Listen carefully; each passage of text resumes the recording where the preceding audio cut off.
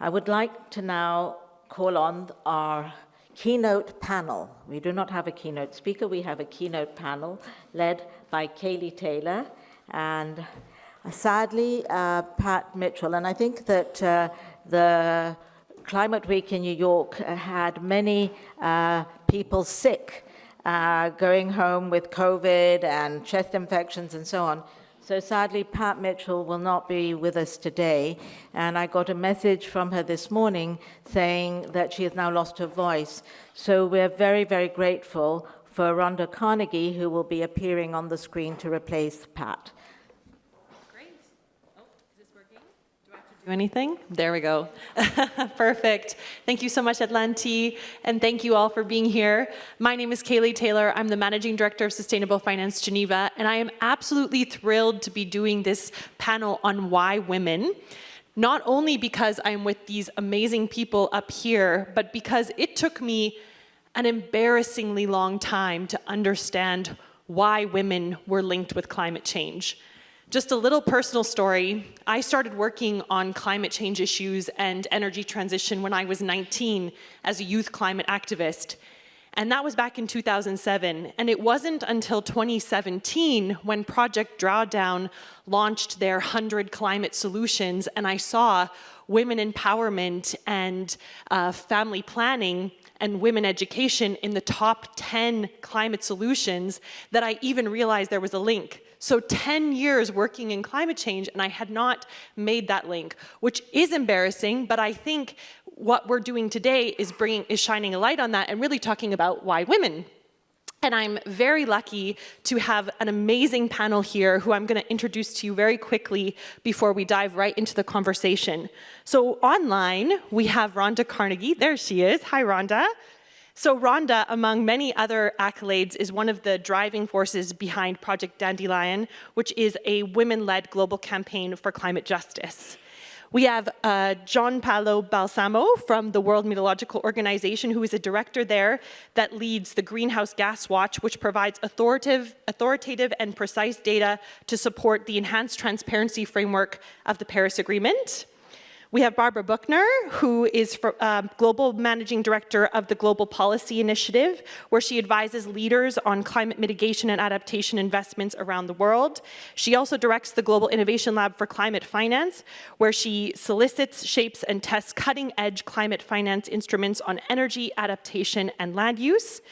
And Richard Peerhouse from the Human Rights Watch, where he's the Director of the Environment and Human Rights Division, where they champion human rights laws that force governments to protect people and prevent corporations from continuing to cause extreme environmental degradation.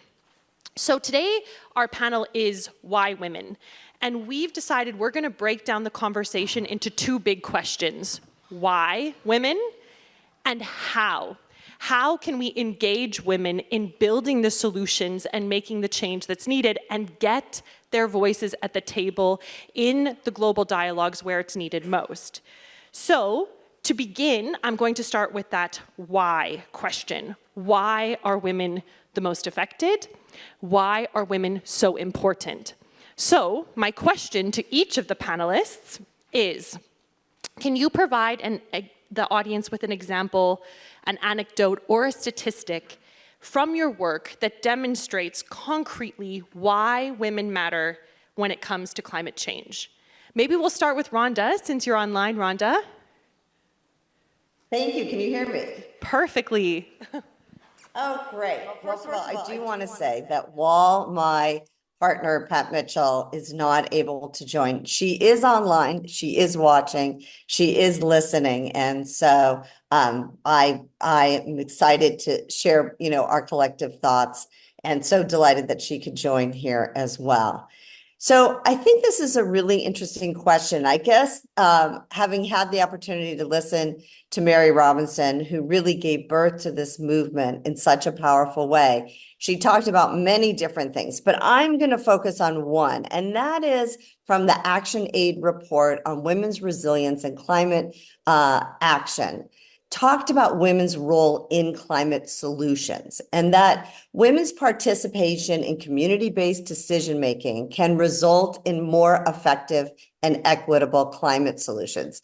And this speaks to the climate justice aspect of what we're doing and thinking about with Project Dandelion. And one of the notable examples that was given here comes from Bangladesh, where women-led organizations were pivotal in flood resilience projects. Now, we know flooding is happening all around the world, and it's devastating to see what's happening. But what this says is that women are not only leaders and innovators, but they are the ones who are on the front lines of a lot of this work. And if we can go to this opportunity to give women a chance to lead on a community level where they know what solutions are needed, that this will be a pivotal opportunity for us to move forward. So women in these regions are designing, in Bangladesh specifically, are designing early warning systems and restructuring local farming practices to adapt to the rising waters. Now, we know that that's so important, and they're contributing to a greater food security and disaster preparedness.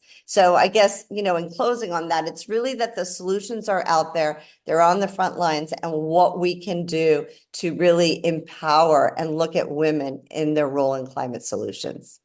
Perfect. Thank you so much, Rhonda. So what I took from that is why women, because they have the solutions and they're already putting them into practice and they just need to be lifted up further. Jean-Paolo, for you, why women? What's an example or an idea that makes you think that? Thank you very much. So I'm really honored and thrilled to be here, I have to say. So I'm Gianpaolo Balsamo, so I direct the Global Greenhouse Gas Watch, and I'm a climate scientist. This is my background. So I look at the climate change and the climate crisis as a challenge. And then when you have a challenge, you need two things. You need leadership and you need talent. And this is precisely the why. So I'm going to bring two examples on the leadership and one on the talent. So I've been working for 18 years for the European Weather Center, which is the leader in weather prediction and climate. So they provide climate data that allows to tell that we are very, very close to 1.5. So 2023 was 1.45 degrees warmer than pre-industrial. And this organization has been led in the last 9 years by our Director General, Florence Rabier, French national, which she navigated the organization through COVID, a multinational, so from one single site, it became a 3-site, and through a growth which is well above 30%. So I had an experience of leadership in Florence, way of working, that I see nowhere else. So I'm convinced in leadership through her example. A few years ago, she chose me to lead a project on greenhouse gases, to produce a first prototype for a global monitoring system that will look at the greenhouse gases that provoke climate change. And I was happy to step up and develop my own leadership skills. And since 1st of January this year, I became the director of the Global Greenhouse Gas Watch, and I moved into the WMO, the World Meteorological Organization, the same day as Secretary General Celeste Saulo. So another incredible person who is really bringing a new leadership in the World Meteorological Organization. You will hear a lot about early warning for all and the Greenhouse Gas Watch, which are our flagship. And you will hear from Celeste's voice that the climate crisis and the inequality crisis are one and the same. So solutions needs to be solution for both. So in face of this challenge, we need talents. And then that's again my experience in forming teams to be up to the challenge. I have been really lucky to have fantastic women in my teams. My teams are generally balanced in terms of number of women, number of men, for the simple reason that by sampling that, you have really the diversity that is necessary for a successful team. So this is my experience, and I bring it forward now at WMO. I'm forming the team, I'm recruiting, I'm really looking for talent, and this is really my experience is what's driving me now for the Global Greenhouse Gas Watch. So leadership and talent, this is why. Perfect. Thank you, Gianpaolo. And that really reminds me of a quote that I heard the Deputy Secretary General Amina Mohammed say one time, which was, how can we expect to achieve our full potential as a society if we don't fully engage 50% of the global talent, leadership, and energy? So I really feel that one, the talent and leadership. Thank you. Barbara. Well, first of all, thank you so much for having me here. It's very inspiring.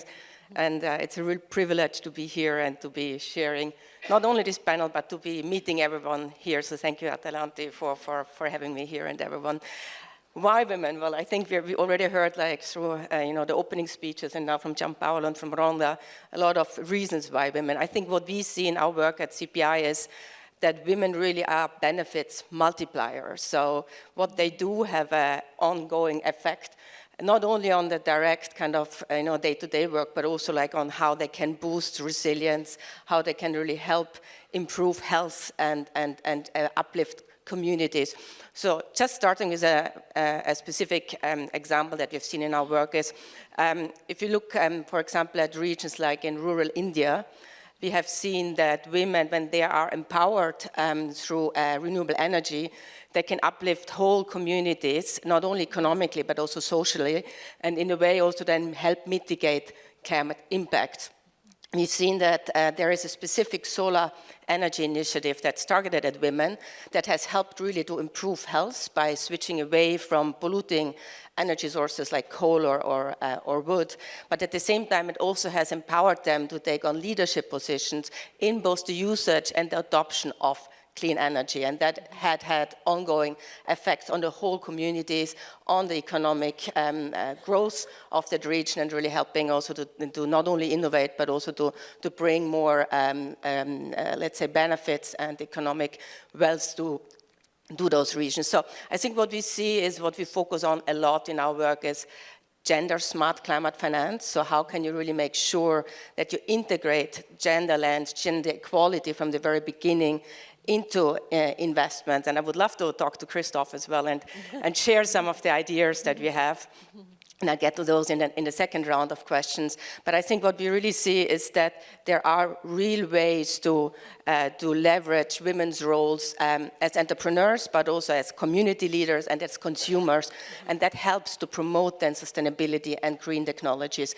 But at the same time, while there is so much opportunity, so much increased awareness and so much potential, we see that only a very small fraction of climate finance currently is prioritizing gender. So if you looked at the figures, and again, that's one of the areas that we put a lot of attention to. As I think Gianpaolo, we really care about data. You can only manage what you can measure. We see that only 0.04% of climate finance, of climate aid today is actually prioritizing gender. And that has huge implications, but it also is an opportunity. I want to be positive. I like that, having a positive access to that. So I think it shows not only the need to increase investment, but it also shows that there are real opportunities to mainstream gender from the very beginning in climate investments. Fantastic. Thanks, Barbara. Benefits multiplier. I absolutely love that. I think we can all imagine just in our lives a woman who has multiplied benefits in our lives, but absolutely in the climate fight as well. This is what we need, are these systemic solutions. And I like that you framed the low levels of climate finance as a huge opportunity. And I think this is something all of us who are working in sustainable finance can really push for. Richard, last but not least, why women? Thank you. It would be wrong to start without recognizing the at most generous irony of me speaking to you and explaining why women. I'll do so with two recognitions. One is that everyone else on my team is a woman. When Atalante asks for someone to speak in person here in Geneva, that means me. And secondly, if anything that I say to you today makes sense, it's because of some of the extraordinary women on my team. I'll be talking today about two pieces of research, one on Louisiana's Cancer Alley, which was undertaken by Antonio Yuhas, and also a little bit on planned relocation in the second part, which was done by Erica Bauer. Quite deliberately, I would like to speak about why women in the space not of impacts, not in the space of adaptation. Naturally, this conversation often drifts into what do we need and how do we best cope with impacts? And that's appropriate. What's often forgotten and overlooked is the other part, the mitigation space. And as Mary Robinson mentioned, particularly around fossil fuels and around land use change and particularly deforestation. And that's why women in the mitigation space is often less articulated. So that's what I'm going to try and do very briefly. We undertook some research in Louisiana's Cancer Alley. So this is the deep south of the US. And as the name suggests, it's well known publicly for elevated rates of cancer. The reason for that is that the area is essentially, the industry will describe it as an industrial corridor of about 200 petrochemical facilities, which have the highest rates, which give the local population, predominantly black Americans, incredibly high rates of cancer. The first answer to the question of why women is because you need to understand the extent of the problem. And so in the space of fossil fuels, what I would say is that what we're doing at the moment is substantively undercounting the harms from that industry. So the research was particularly looking at elevated rates of reproductive and maternal health harms. And if there's one factoid to take away, it is that preterm birth is 3 times higher in Cancer Alley, known as Cancer Alley, but not underappreciated in terms of its reproductive and maternal health harms, to the rest of the United States. So the fossil fuel industry, as Mary Robinson mentioned, misrepresents the science. It also does a very good job at undercounting and allowing us to undercount the harms from that industry. The second way I would answer the question of why women in the fossil fuel and mitigation space is because there are incredible solutions articulated at the community level that aren't being heard and can shine a light on the way forward. So Mary mentioned the breakthrough in COP28 to transition away from fossil fuels. I spend a lot of my time in climate diplomacy space, and that phrase of a phase out or a transition away from fossil fuels kind of gets people blurry-eyed. They don't know what it means. It's too large and too abstract. And in Louisiana's Cancer Alley, you have a very strong example of what that looks like. It's a court case taken by a small community organisation to challenge the permitting of new fossil fuel infrastructure on top of existing infrastructure. What they've said essentially is, we have to stop the build-out inside our parish. And that challenge, you can't keep out building on top of the harms that you're causing at the moment, is one of the best illustrations I can think of what it would mean to take something like, at the global level, a transition away from fossil fuels, and actually implement it, actually start doing it. It speaks volumes to me that organisation is almost entirely made of community members, women, who have suffered the harms of the fossil fuel industry.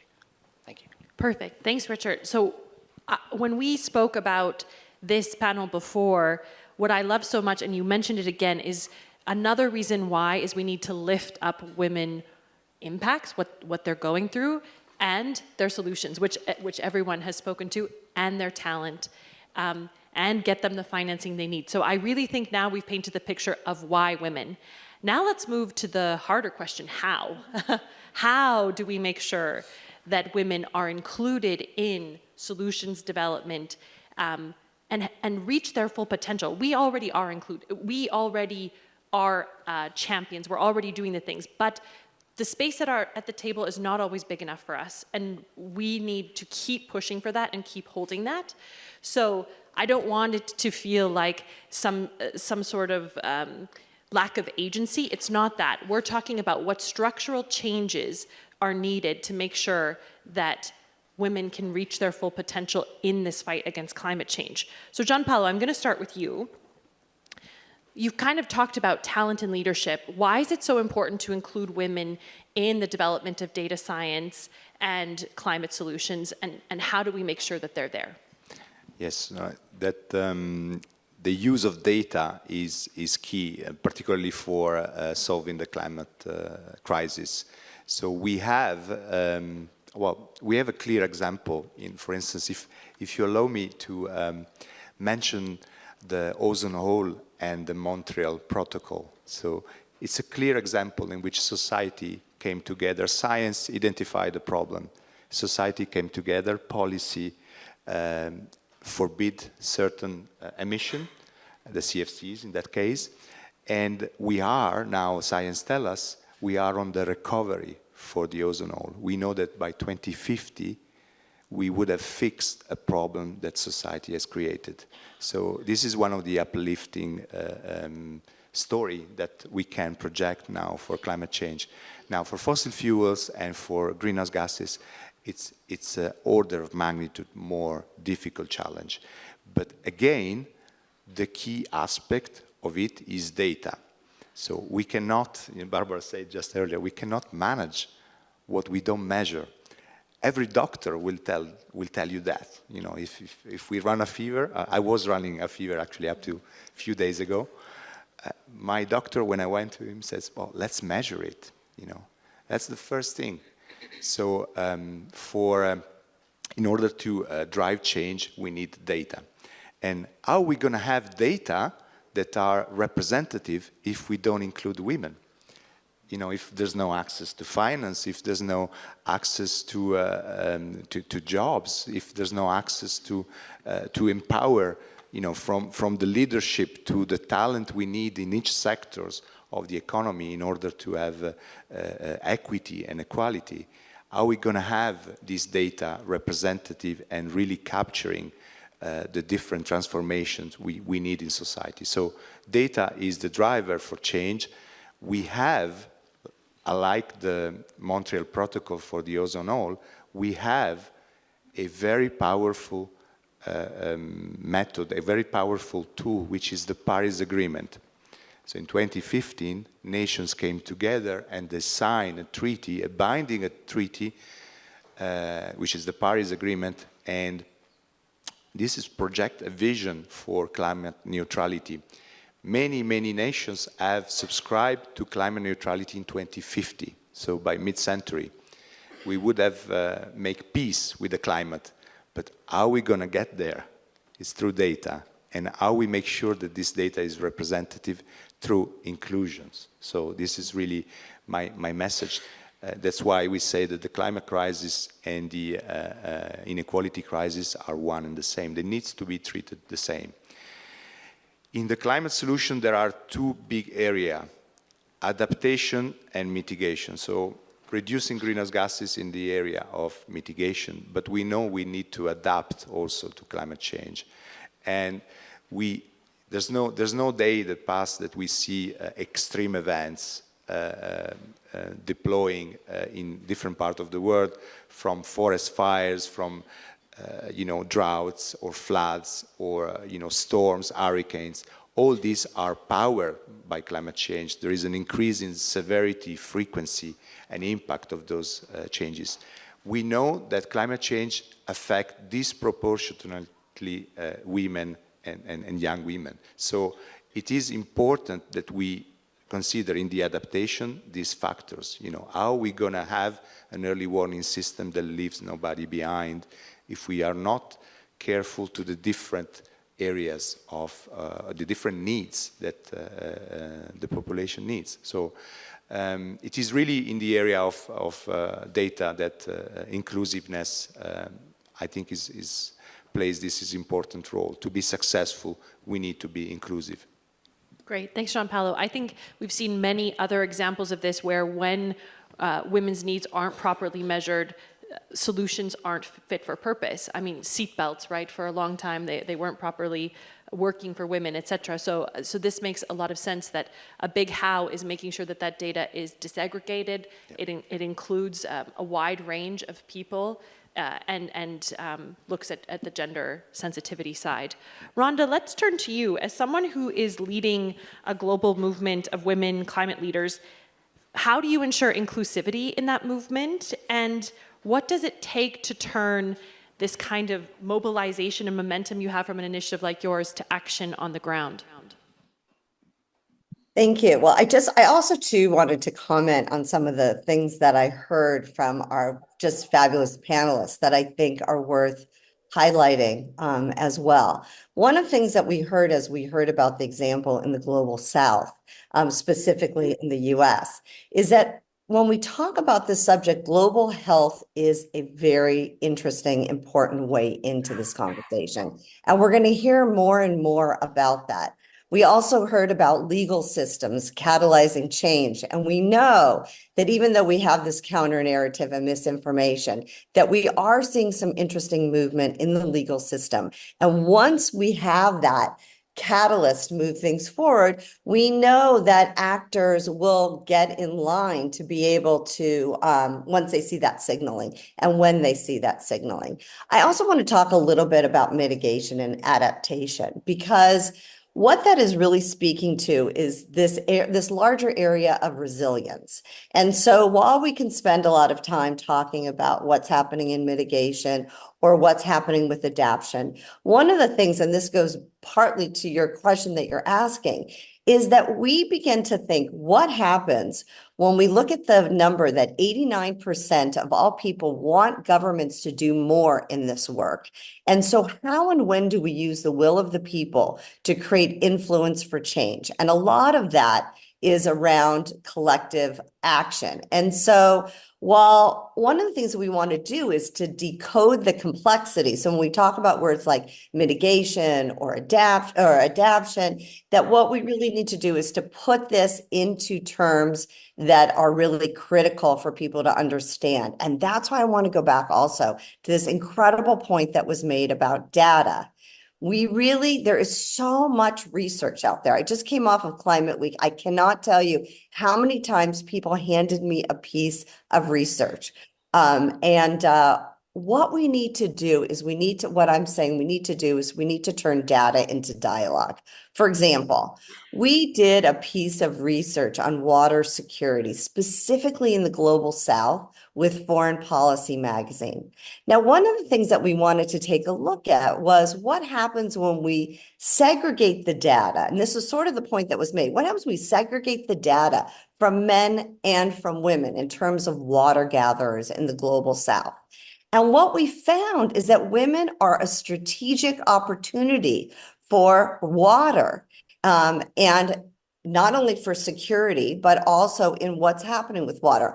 Well, once we begin to take this data and we turn it into dialogue, we start positioning women as a strategic opportunity, it somewhat flips the script. And so when we also think about what's happening with capital, we have to ask this question: why is gender not producing? Is it a narrative? It could be that the narrative, we need to really, flip the script here. So what happens when we make it easier to identify those who are showing us model transformation, economic transformation, that are women, or also knowing that at the same time as we look at the capital discussion, that women are in line for this great wealth transfer. So as we look at this wealth transfer and we look at where women are going to be in the ecosystem of moving capital, we have to know that with this investment that we are hearing from women, and this is a really interesting insight, we are hearing from women that they're moving from this idea of thinking about their capital, about what their preferences are, to actually moving to what problems they can solve. So as we're identifying it differently about how they're thinking about capital, how they're focusing on data, then we really begin to change the landscape in a really important, powerful way. And that's one of the things that Project Dandelion is working to move that forward in a very positive way. And lastly, I wanted to speak to this idea of taking a seat at the table. I am so encouraged by this idea that we are inviting more women to the table. Actually, I'm excited that we're thinking about a more, equity overall in terms of who's sitting at the table, because it is just representative of those who are in the world. And by having that perspective, and we see that certainly among our Indigenous sisters and those who are on the front ground, it gives us a better idea of how to tackle this problem. And so one of the things that we have done at Project Dandelion is to really think about, one, how do we do power differently? And two, we focus on our power to convene. So for the upcoming COP30 in New York, we brought together Indigenous leaders, ministers in Brazil, to really get a sense of what's happening on the ground and what we can do to really talk about what Christina Figueres says in Mission 2025, is that we absolutely need radical collaboration. And that collaboration comes from being active listeners in the space and understanding where we're seeing catalysts for progress, so that we can get in line to really utilize that as a catalyst. And I'm just so thankful to this, such an incredible panel of ideas as we think this through together. Thanks so much, Rhonda. I love that data to dialogue. And one of the things that's been so interesting for me entering the sustainable finance space is that everyone in the finance world thinks in risk. And at SFG, where I work, we've started talking about ROI in a new way, which is risks, opportunities, and impact. Because changing that dialogue to also look at where there's new opportunities, I think can be very powerful. Of course, we need to look at the risks. It's absolutely fundamental, but there's also such a huge opportunity to have more dialogue around opportunities and impacts. We're running out of time. We only have 2 questions left. So Richard, over to you. How can we use the human rights lens to raise up women's voices and solutions in the fight against climate change? And I have 2 minutes to answer. So I'll try and do my best. Atlanti said we could have 5 extra minutes. We're okay. It's such a fascinating question, so I'll try and try and do it justice. Essentially, the underlying challenge is one of political ambition. In the sense that we know, broadly speaking, what needs to be done, but all of what needs to be done has a date of around 2050 or 2060. So it's a sense of imbuing that overall direction with greater urgency. It's very, very time-bound, particularly in the mitigation space. So if you look at the overarching problem in that light, then it becomes how do you get the political sphere to have more urgency and ambition? How do you imbue that? 2 thoughts in this. One is that it's very, very powerful when there is a bridge between what's happening on the front lines and the advocacy spaces that matter, where the decisions are being taken. That bridge between community impacts and community realities and the corridors of power, if you like, needs to be shrunken. It needs to be, we need to be working in that space. We need to be doing far more of taking community into advocacy spaces where decisions are being taken. When you're working at the level of sort of like community representation and trying to get that reality told, we also have to face the fact that many times communities are represented, as are the advocacy spaces they're working in, by men. And so ensuring that women's voices at the local community level are coming through in those spaces is something that we all need to be mindful of. But the real, it's not a level playing field. So the advocacy spaces, whether it be Brussels for European Union regulation or the COP space, they are already saturated, and they're saturated by government representatives and industry representatives. And so forcing your way into those spaces is more difficult than it's harder done than said. To give one example, you can set up, as we have, an amazing opportunity for the European Union to listen to frontline groups facing deforestation in Sarawak, in Malaysia, in part of their negotiations with the Malaysian government under the European Union's deforestation regulation.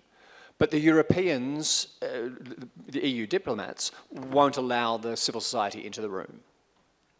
They'll extend an invitation and then the day before revoke it, and then you'll have a room full of 10 female community members from Sarawak listening into the negotiations from the next room online.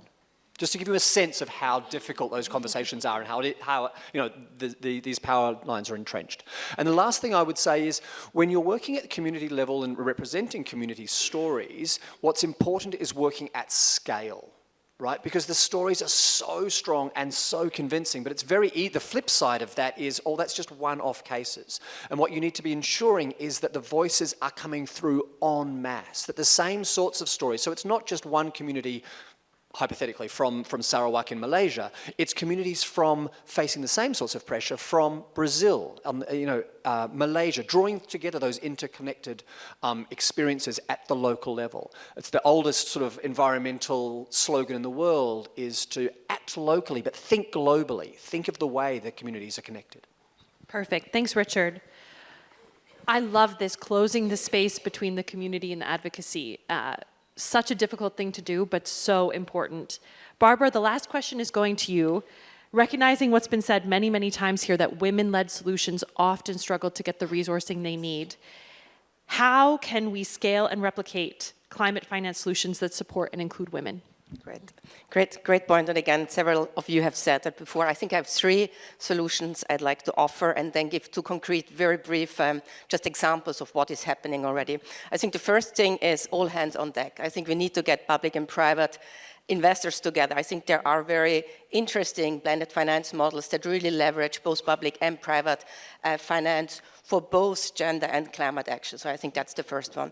The second, we need to make sure we mainstream gender considerations into climate investment strategy. So really making sure that these strategies, all investment, climate or all investment decisions really integrate gender considerations from the very beginning. And that will really ensure that there is better access to money for women, but it would also help to make sure that actually women's labor and the co-benefits, the gender co-benefits, are monetized. And I think that's a really important part. But the third one, I think money alone is not enough. So I think what we see, really we need to make sure that there is the capacity, that there is more technical assistance focused on gender-sensitive solutions. And I think that is something that can include, how can you give guidance on integrating gender into your project frameworks? How can you help to come up with the right market analysis? How can you measure and monitor, again, the impacts, the gender impact? And in the gender impact, I think here it's really important to go beyond some of the traditional metrics that we had, which is, counting heads. You really got to embrace in a way the whole, again, the multiple benefits that that women have in this solution. So I think these are the three areas: planet finance, a clear climate smart, gender smart climate investment strategies, and the third one is technical assistance. And just 2 very brief examples of what we are doing at CPI. And you mentioned it actually in your introduction. We are running a kind of an accelerator, which is called the Global Innovation Lab for Climate Finance, which now has been operating actually for 10 years, and we've managed to, and the goal is really to unlock private capital for climate solutions in emerging markets. And we have just actually crossed the $4 billion threshold mobilized through solutions that have come through the lab. And again, there it is, like public-private philanthropic investors that really help get specific solutions off the ground. And since a few years, what we have done is we're adding a gender lens. So all our instruments that go through that lab cycle have a specific gender lens. And we have also gone on to kind of work on a little bit later stage financial vehicles through another facility, which is the Catalytic Climate Finance Facility. We partner with another organization called Convergence, and there we provide both market acceleration services, but also a specific grant funding, again, for entrepreneurs that have climate solutions in emerging countries. Also, the Catalytic Climate Finance Facility has a specific gender focus. What does that mean? That means that my organization has specific gender experts that provide targeted and very tailored gender technical advisory services to women, to entrepreneurs in emerging markets, that really, to make sure that, again, gender is not an add-on. We want to make sure that it's mainstreamed. Thank you, Barbara. And I'm sure there's going to be lots of people in the audience who want to come talk to you about these things in one of the breaks. We're out of time, so let me do my best to wrap up, which is a very, very rich discussion. How? We need to get the data right. We need to measure what matters so that that reflects in the solutions. We need to turn that data into dialogue and mobilize. We need to close the gap between communities and advocacy, and we need all hands on deck to integrate gender in a very deep way and build the capacity needed to move finance to the solutions that are needed most. Thank you all so much, and I look forward to the rest of the discussion. Thanks so much.